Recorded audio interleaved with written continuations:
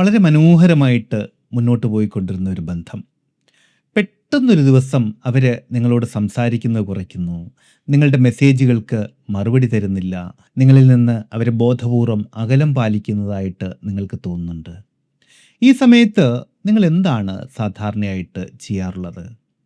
മിക്കവാറും പേര് പെട്ടെന്ന് തന്നെ ആ ബന്ധം പഴയതുപോലെ ആക്കാൻ വേണ്ടി എന്തെങ്കിലുമൊക്കെ കാട്ടിക്കൂട്ടും, അല്ലേ? എന്നാൽ ഇത്തരത്തിൽ ചെയ്യുന്ന പല കാര്യങ്ങളും ആ വ്യക്തിയെ നിങ്ങളിൽ നിന്ന് ശാശ്വതമായിട്ട് അകറ്റുകയാണ് ചെയ്യുന്നത്. നമസ്കാരം, ഞാൻ അശോക് നാരായൺ. ഇന്ന് നമ്മൾ സംസാരിക്കുന്നത് നിങ്ങളുടെ പ്രിയപ്പെട്ടവർ നിങ്ങളിൽ നിന്ന് അകലാൻ ശ്രമിക്കുമ്പോൾ നിങ്ങൾ ഒരിക്കലും ചെയ്യാൻ പാടില്ലാത്ത പ്രധാനപ്പെട്ട 5 കാര്യങ്ങളെക്കുറിച്ചാണ്. മനുഷ്യബന്ധങ്ങളെന്നത് വെറും വാക്കുകൾ കൊണ്ടുള്ള ആശയവിനിമയം മാത്രമല്ല, അത് ഒരു ഊർജ കൈമാറ്റമാണ്, വൈബ്രേഷനുകളാണ്. ലോ ഓഫ് അട്രാക്ഷൻ അഥവാ ആകർഷണ നിയമത്തിൻ്റെ അടിസ്ഥാനത്തിൽ ഈ 5 അബദ്ധങ്ങൾ എങ്ങനെയാണ് നിങ്ങളുടെ ബന്ധങ്ങളെ തകർക്കുന്നത് എന്നും അതിന് പകരമായിട്ട് നിങ്ങൾ എന്താണ് ചെയ്യേണ്ടത് എന്നും നമുക്ക് ഇന്ന് പരിശോധിക്കാം. ഒരാൾ നിങ്ങളിൽ നിന്ന് അകലുന്നു എന്ന് തോന്നുമ്പോൾ നിങ്ങൾ ആദ്യം ചെയ്യുന്ന തെറ്റ് അവരെ നിരന്തരം ബന്ധപ്പെടാൻ ശ്രമിക്കുക എന്നുള്ളതാണ്. രാവിലെയും ഉച്ചയ്ക്കും രാത്രിയും എല്ലാം മെസ്സേജ് അയക്കുക, എന്തുകൊണ്ടാണ് എന്നെ വിളിക്കാത്തത് എന്ന് നിരന്തരം ചോദിക്കുക. ഒരു കാര്യം ഓർക്കണം, നിങ്ങൾ അമിതമായിട്ട് ഒരാളെ ബന്ധപ്പെടാൻ ശ്രമിക്കുമ്പോൾ അവിടെ ആകർഷണ നിയമത്തിന് വിപരീതമായിട്ടുള്ള കാര്യങ്ങളാണ് വാസ്തവത്തിൽ സംഭവിക്കുന്നത്. നിങ്ങൾ പ്രവർത്തിക്കുന്നത് ഇല്ലായ്മയുടെ അല്ലെങ്കിൽ ഭയത്തിൻ്റെ ഊർജത്തിൽ നിന്നാണ്. എനിക്ക് അവരെ നഷ്ടപ്പെടുമോ എന്നുള്ള ഭയം നിങ്ങളുടെ വൈബ്രേഷനെ വളരെ താഴേക്ക് കൊണ്ടുപോകും. മറ്റൊരാൾക്ക് നിങ്ങളുടെ സുരക്ഷിതത്വത്തെ വർദ്ധിപ്പിക്കാൻ പറ്റില്ല. ആ സുരക്ഷിതത്വം നിങ്ങൾ സ്വയം കണ്ടെത്തേണ്ടതുണ്ട്. ഇതിന് പകരം നിങ്ങൾ ചെയ്യേണ്ടത് അവർക്ക് കുറച്ച് സ്പേസ് കൊടുക്കുക എന്നുള്ളതാണ്. നിങ്ങളെ മിസ് ചെയ്യാനാണെങ്കിൽ അതിന് അവർക്കൊരു അവസരം കൊടുക്കുക. നിങ്ങൾ പരിഭ്രമിച്ച് സങ്കടപ്പെട്ട് ദേഷ്യപ്പെട്ട് ഒക്കെ ഇരിക്കുകയാണെങ്കിൽ നിങ്ങളുടെ ആ നെഗറ്റീവ് എനർജി അവർക്ക് ഫീൽ ചെയ്യും. അതുകൊണ്ട് തന്നെ നിങ്ങളുടെ ശ്രദ്ധ അവരിൽ നിന്ന് ഒരല്പം മാറ്റി നിങ്ങളിലേക്ക് തന്നെ കൊണ്ടുവരണം. നിങ്ങളുടെ ഊർജം പോസിറ്റീവായിട്ട് മാറുമ്പോൾ മാത്രമാണ് നിങ്ങൾക്ക് വീണ്ടും അവരെ ആകർഷിക്കുന്ന അതിശക്തമായിട്ടുള്ളൊരു കാന്തമായിട്ട് മാറാൻ പറ്റുന്നത്. രണ്ടാമത്തെ ഏറ്റവും വലിയ അബദ്ധത്തെ നമുക്ക് മിഡ് നൈറ്റ് കൺഫെഷൻ എന്ന് വിളിക്കാം. നിങ്ങളുടെ സങ്കടങ്ങളും വികാരങ്ങളും മുഴുവൻ ഉൾപ്പെടുത്തിയിട്ട് വലിയൊരു മെസ്സേജോ കത്തോ ഒക്കെ അവർക്ക് അയക്കുക എന്നുള്ളതാണ്. ഞാൻ നിന്നെ എത്രമാത്രം സ്നേഹിക്കുന്നു, എനിക്ക് നിന്നെ അത്രമാത്രം ആവശ്യമുണ്ട് എന്നൊക്കെ അതിലെഴുതി പിടിപ്പിക്കുക. നിങ്ങൾക്ക് ഒരു കാര്യം അറിയാമോ? ഇത് കേൾക്കുമ്പോൾ വാസ്തവത്തിൽ അവർക്ക് സ്നേഹമല്ല തോന്നുന്നത്, മറിച്ച് നിങ്ങളുടെ ആവശ്യകത അഥവാ നീഡ്നെസ്, അതാണ് അവർക്ക് ഫീൽ ചെയ്യുന്നത്. ആകർഷണ നിയമത്തിലെ നീഡ്നെസ് എന്നത് ഏറ്റവും നെഗറ്റീവായിട്ടുള്ള ഒരു വൈബ്രേഷനാണ്. നിങ്ങളൊരാളെ ദൈവത്തെപ്പോലെ കണ്ട് അവരുടെ മുന്നിൽ യാചിക്കുമ്പോൾ അവിടെ ഒരിക്കലും ബന്ധങ്ങൾ സൃഷ്ടിക്കപ്പെടില്ല. നിങ്ങൾക്ക് യഥാർത്ഥത്തിൽ അവരോടുള്ള വികാരങ്ങൾ പ്രകടിപ്പിക്കണം എന്നുണ്ടെങ്കിൽ ഒരു വലിയ ലെറ്റർ നിങ്ങൾ എഴുതുക, വിശദമായിട്ട് തന്നെ എഴുതുക, എന്നിട്ട് പ്രപഞ്ചത്തിന് സമർപ്പിക്കുക. അതായത് ഈ കത്ത് അവർക്കല്ല വാസ്തവത്തിൽ എഴുതുന്നത്, ആ വിവരങ്ങൾ കാണിച്ചുകൊണ്ട് പ്രപഞ്ചത്തിന്, യൂണിവേഴ്സിനാണ് എഴുതേണ്ടത്. നിങ്ങളുടെ സങ്കടങ്ങൾ മുഴുവൻ ഒരു പേപ്പറിൽ എഴുതി അത് പ്രപഞ്ചത്തെ ഏൽപ്പിക്കണം.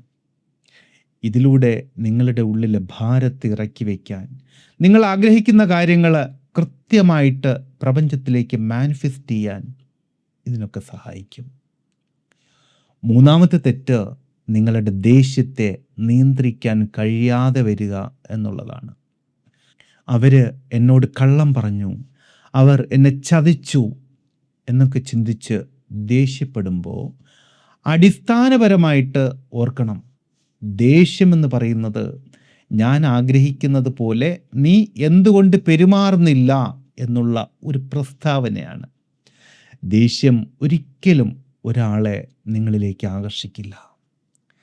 നിങ്ങൾക്ക് ദേഷ്യമോ വെറുപ്പോ ഒക്കെ തോന്നുമ്പോൾ അതിനെ നേരിടാൻ, അതിൽ നിന്ന് പുറത്തേക്ക് വരാൻ ഹവായിയൻ ഹീലിംഗ് ടെക്നിക്കായിട്ടുള്ള ഹോപ്പനൊപ്പോണോ ഉപയോഗിക്കാം. അതിന് നിങ്ങൾ ചെയ്യേണ്ടത് കണ്ണുകൾ അടച്ച് ആ വ്യക്തിയെ ഒന്ന് മനസ്സിൽ കണ്ടിട്ട് ഇങ്ങനെ പറയുക, I love you, I am sorry, please forgive me, thank U.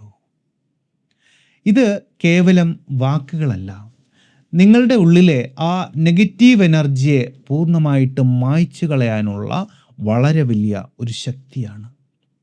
അവരും നിങ്ങളും ഒരേ പ്രപഞ്ച ഊർജത്തിൻ്റെ ഭാഗമാണ് എന്ന് തിരിച്ചറിയുമ്പോൾ നിങ്ങളുടെ ഉള്ളിലെ മുറിവുകൾ സാവധാനം ഉണങ്ങും. അത് നിങ്ങളുടെ വൈബ്രേഷനെ ഉയർത്തും. ഒരുപക്ഷെ അവർ മടങ്ങി വന്നേക്കും.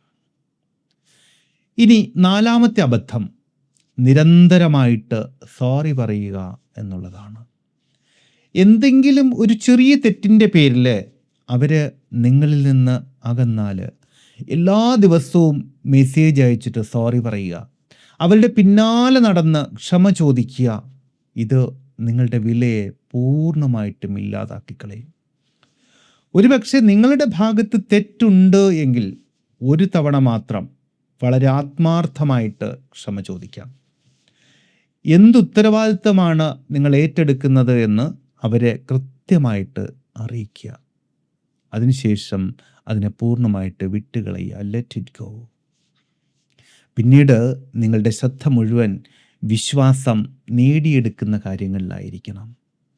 അതായത് നിങ്ങളൊരു കാര്യം ചെയ്യാം എന്ന് പറഞ്ഞാൽ അത് കൃത്യമായിട്ട് ചെയ്തിരിക്കണം. നിരന്തരമുള്ള ക്ഷമാപണങ്ങളൊന്നുമല്ല, മറിച്ച് നിങ്ങളുടെ പ്രവൃത്തികളാണ് നഷ്ടപ്പെട്ട ആ വിശ്വാസത്തെ തിരികെ കൊണ്ടുവരാൻ സഹായിക്കുന്നത്.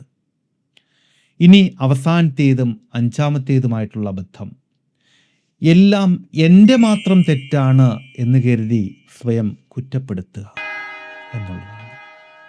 നിങ്ങളുടെ യാഥാർത്ഥ്യം നിങ്ങൾ തന്നെയാണ് സൃഷ്ടിക്കുന്നത്, അതാണ് സത്യം. പക്ഷേ ഒരു ബന്ധം അകലുമ്പോൾ അത് ഒരു വ്യക്തിയുടെ മാത്രം കുഴപ്പം കൊണ്ടായിരിക്കില്ല.